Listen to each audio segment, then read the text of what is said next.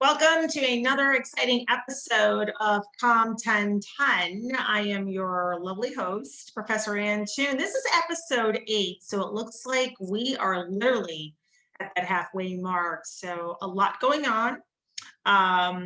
Hopefully this particular video lecture, the one that I always do, is not going to take as long. I'm just going to go through a few steps for you. And from that point forward, I'm just going to lead you to start working on your speeches. But of course, prior to that, I have to go through the steps one last time so that way you don't miss anything and you have a successful speech coming up next week. That being said, you know what happens. I just love sharing that screen, don't you?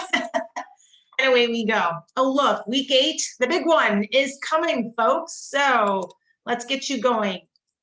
This week, I don't believe anything is due. We will look at the calendar once again, but the only thing that's within this discussion board are your video chapters 9, 10, and 11. So obviously right after this video, you'll start looking down like I did for week 7 and take a look at the video lectures. Also, we'll go over requirements for your informative speech once again, as well as the rubrics and grading, because there's a lot going on there. It's worth 50 points, but nonetheless, there are things that I don't want you to miss. We'll also go over, oh look, I cannot spell, the outline that is required and the requirements for that, as well as the works cited page and the requirements for that and when it is due.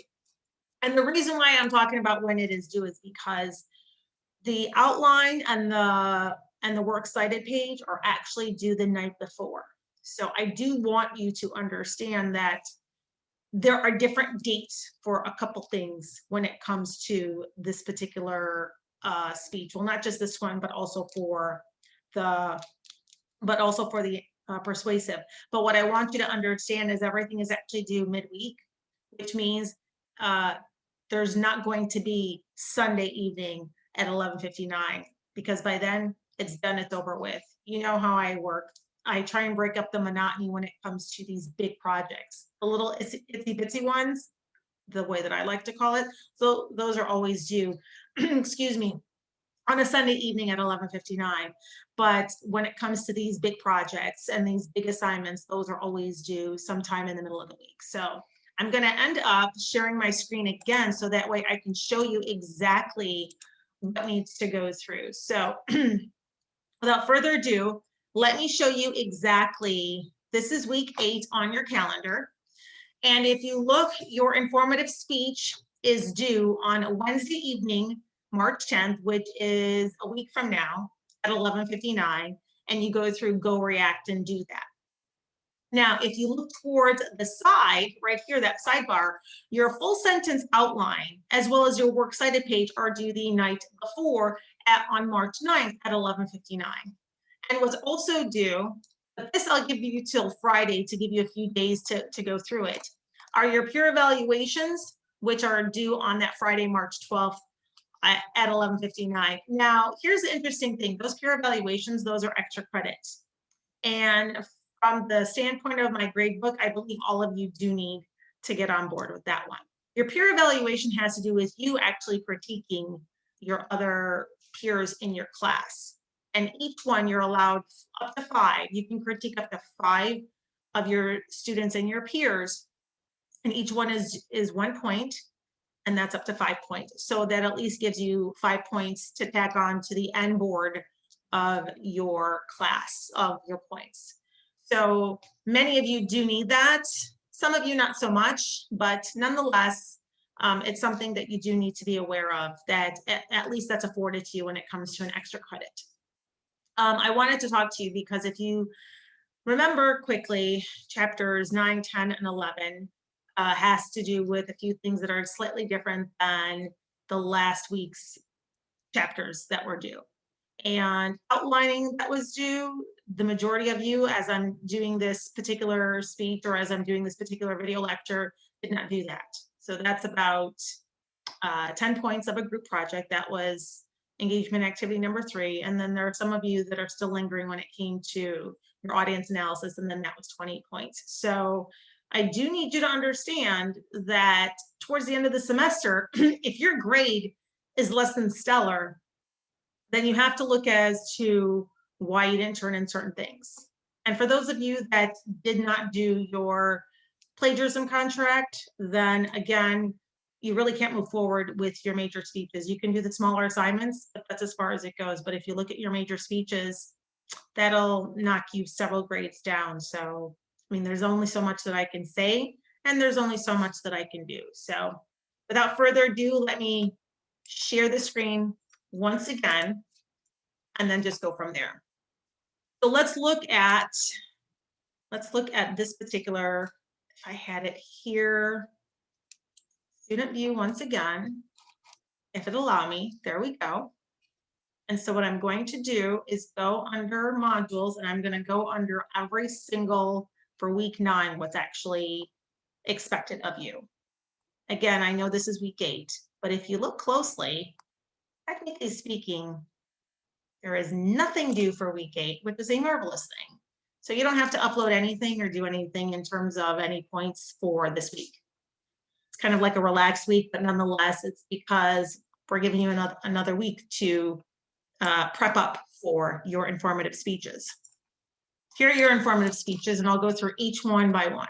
So if we go through this, your informative speech is worth 50 points. And while that doesn't seem like a lot, it actually is, because that dictates how you move forward in terms of presenting. And you go through GoReact in order to upload your speech. Now, once again, the informative is an opportunity for you to demonstrate your mastery of materials that you learned in Speechcraft, as well as all the video lectures that I've had, and to develop your research and outlining skills, because that will take you to a much better way to present things. Your research and your outlining skills actually come forward when you physically present your speech.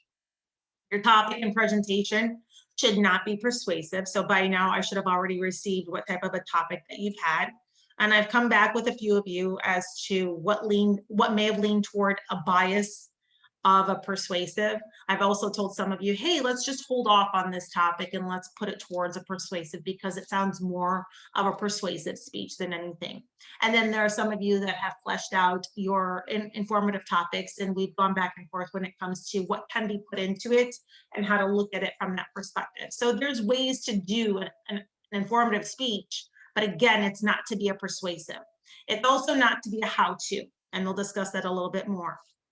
Obviously, this particular video lecture is a reiteration of last week, but nonetheless, things always need to be, repeated when it comes to these things. So, bear with me. If you've heard it once before, it's because you heard it in last week's particular video lecture. So it's technically difficult, or slightly difficult, for you to remain neutral when speaking about a topic, but you have to go down the middle. So it gives you an opportunity. Always think, I need to teach, I need to inform, and I need to entertain.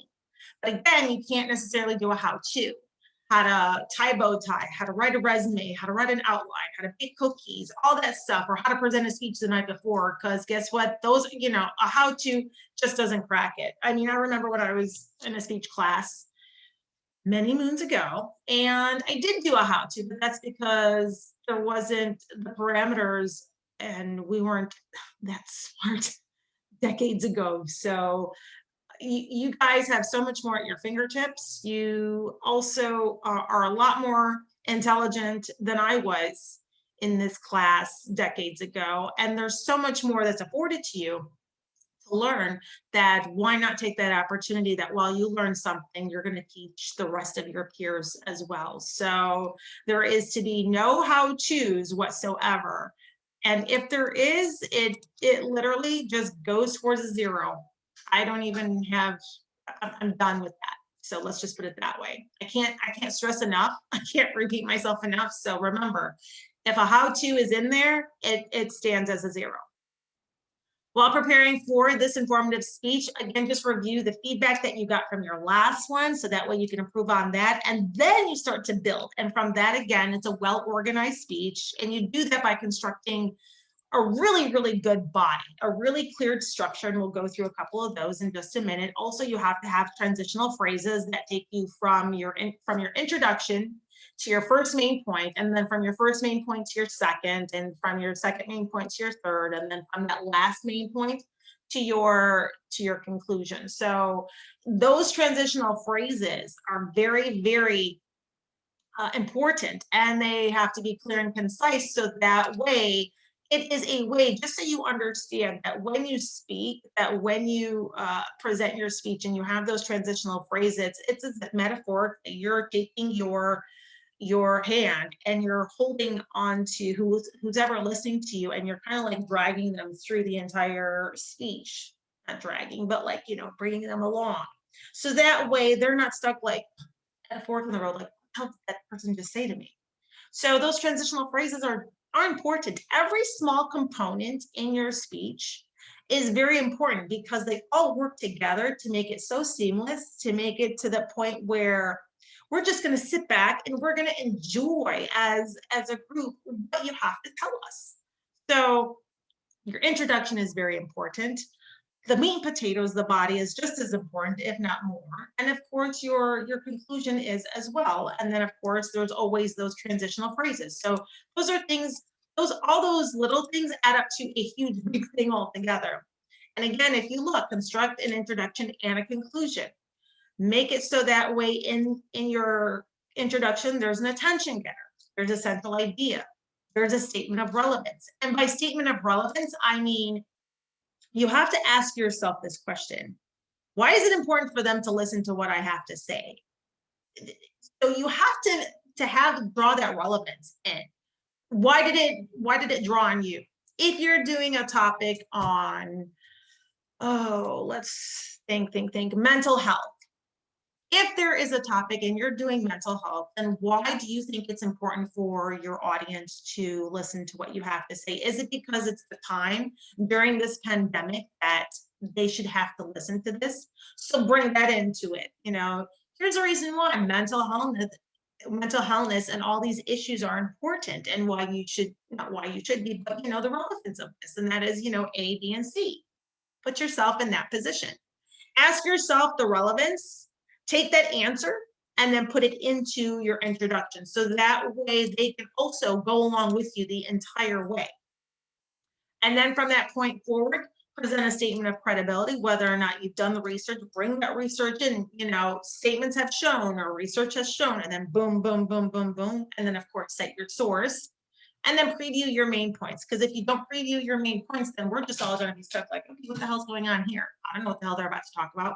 And then from that point forward, you conduct your research, you put your body together. You have to orally cite in your speech, whatever your source is. Say, let's just talk about the education, if you will, about if you're going to do a rap person.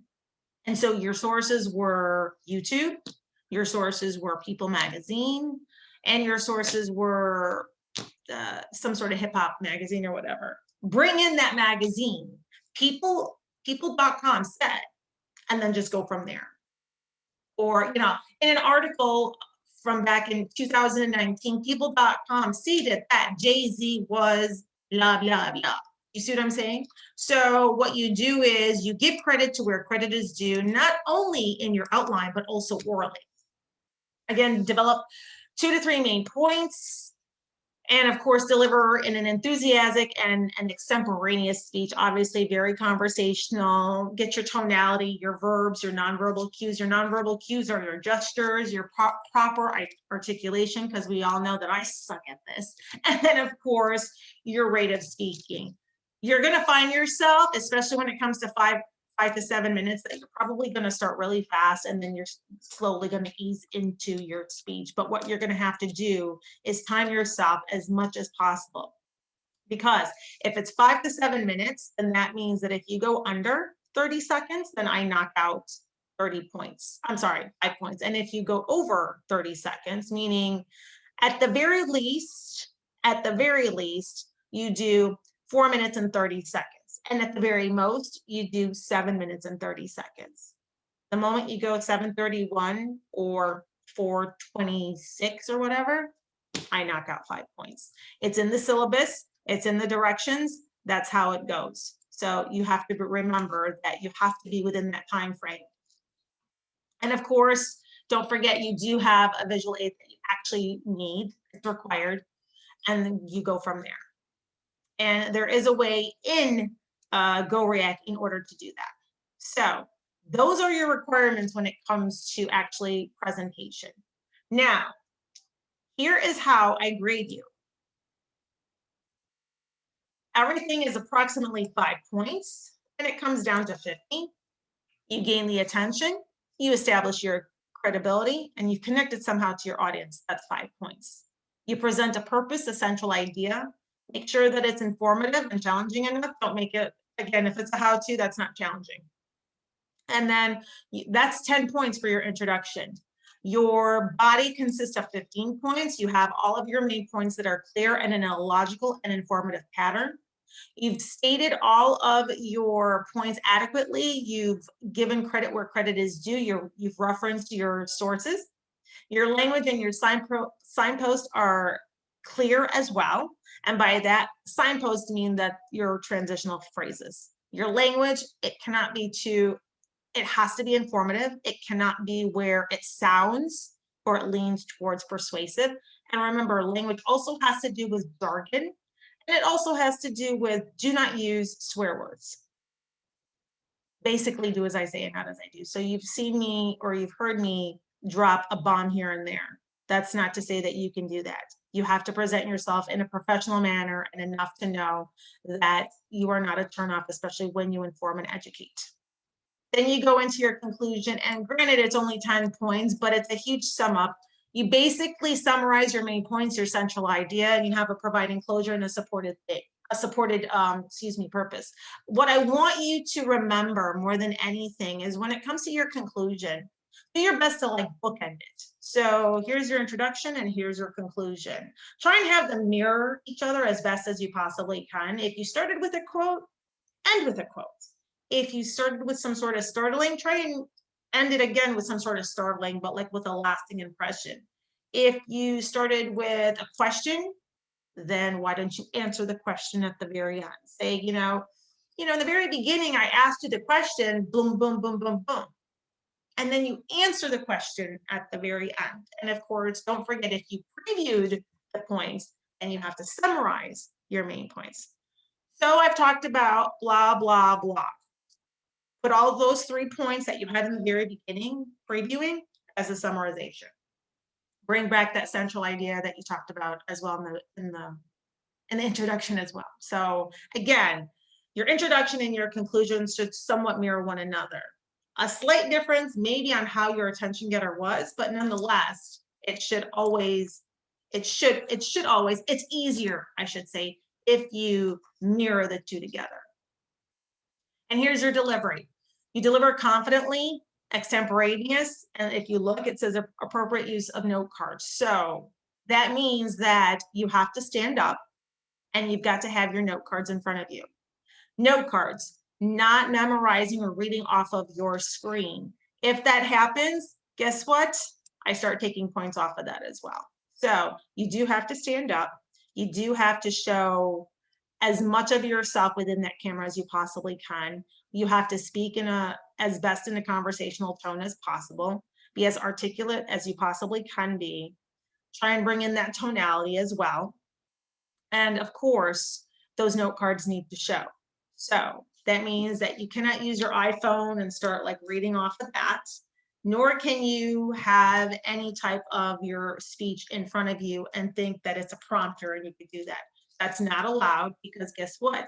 If you were actually face-to-face in whether it is a class or whether you're at work, you wouldn't have a teleprompter to do things. You would probably have note cards, or you may end up having some other way, but nonetheless, all that information within the 5 to 7 minutes is not expected to be memorized, and it's not expected that you have it in front of your screen as if you have a teleprompter. Appropriate use of your vocal characteristics, your rate, your volume, your pronunciation. Eye contact as much as possible. I actually do expect you to look down and look up, because those are where your note cards are at. Your expression, your gestures, and your posture. Obviously, you're going to have to stand up. And when it comes to your gestures, obviously, I kind of want to have you want to like move around with your hands. Like these nonverbal cues are just as important as your verbal cues. So try and incorporate as much of your body language into it as best as you can. And by the way, if that means that you have to put into your note cards to start like gesturing, then do that as well, because I encourage that. We don't know that. And if it helped you to remember to do that, by all means do that. Don't forget you have to have visual aids, and your speech time is 5 to 7 minutes long. If you go over or go under, I take off points. And your total score is 50 points. So from a presentation, physical presentation standpoint, this is what is expected of you. Now, on to a couple other things that you do need to be aware of. Your speech outline is the very next thing that you should see, and you upload that into Canvas. And obviously you can either do it in a PDF, a doc, or a docs form, or you can type up your speech outline. This is worth 20 points. What do you, pray tell, are you going to get graded on? Well, here is the rubric for your outline. And you can get anywhere from, I want to say 4 points to 20. 1 point if you just barely touched on it, 5 points if you're advanced. Now, your opening statement is obviously your introduction. For 5 points, you have got to state your specific purpose. Open with an impactful statement. That is obviously your attention getter.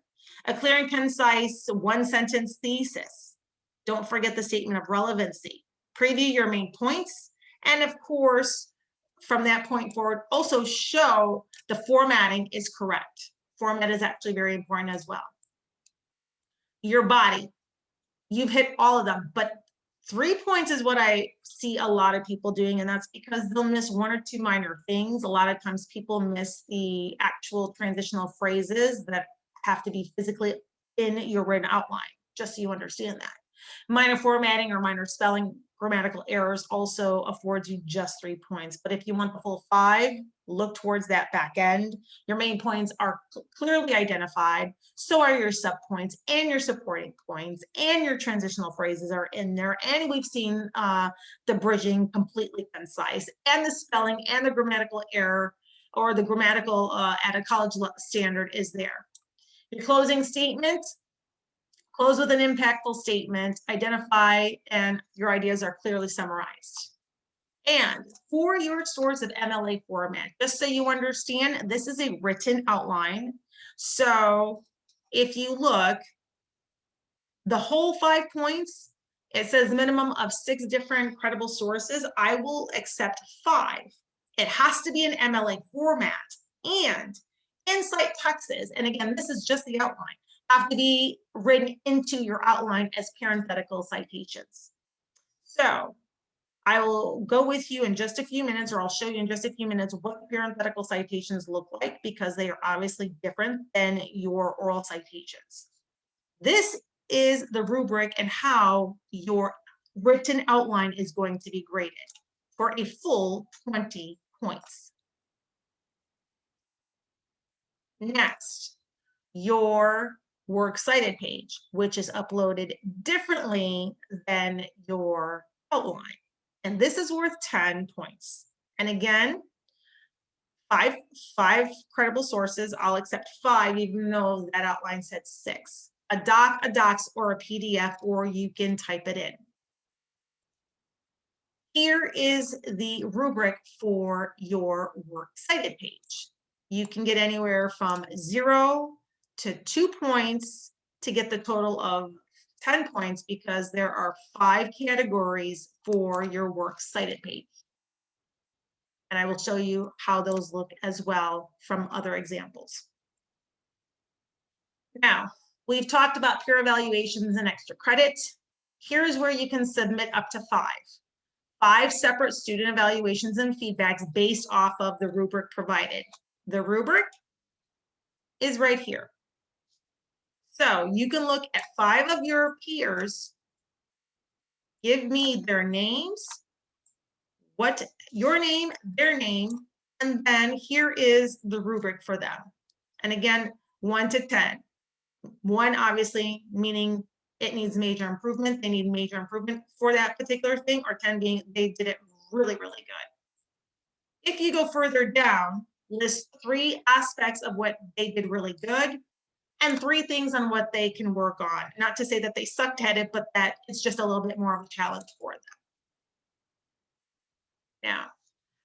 Now that I've shown you what is expected for your particular informative speech, let's go back down.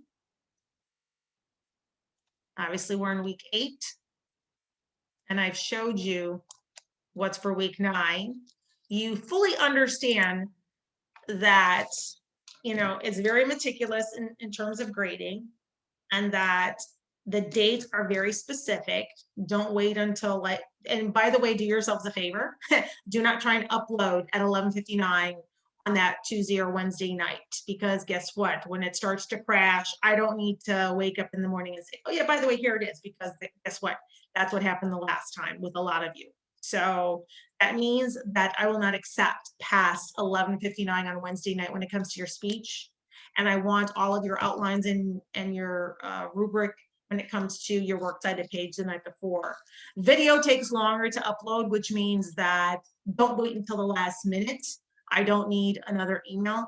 If I don't see it in there, it goes as a 0, because I don't need to hear excuses. I'm saying this to you again, and that's the final time. And if I give you a 0 and you come back to me and say, well, blah, blah, blah, blah, blah, I will refer you to week 8's lecture, and that way you can attempt to argue from that point forward. Unless there is an actual issue at hand and you have proper documentation that day, not that night or the next day, then we can go from there and discuss what we can do to remedy the situation. But until then, it's not going to happen. So this is week 9. And if you looked, I did this in last week's particular video lecture. I showed you all of this. Your checklist for your language analysis, academic research. This is a really good PDF on how you can orally cite. And the CRAP test has to do with websites in terms of how you research your material and how you research your speech. Make sure that the websites that you are looking up pass the CRAP test.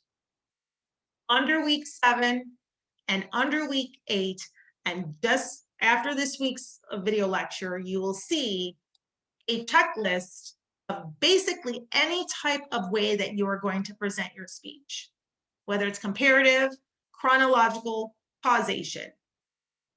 Under here are samples of former students that did fairly decent jobs when it came to their particular outlines. I'm going to show you really quickly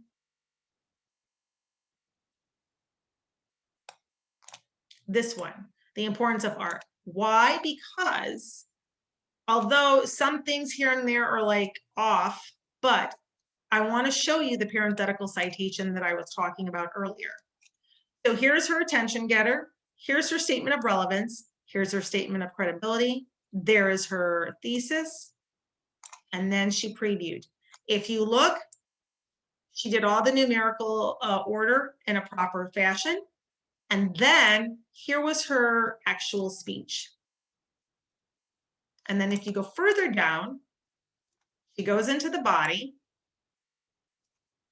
And then look under subpoint A. According to Jean Cloutz, an influential French prehistorian, some of the earliest art that has been discovered originated from 50 to 60,000 years ago.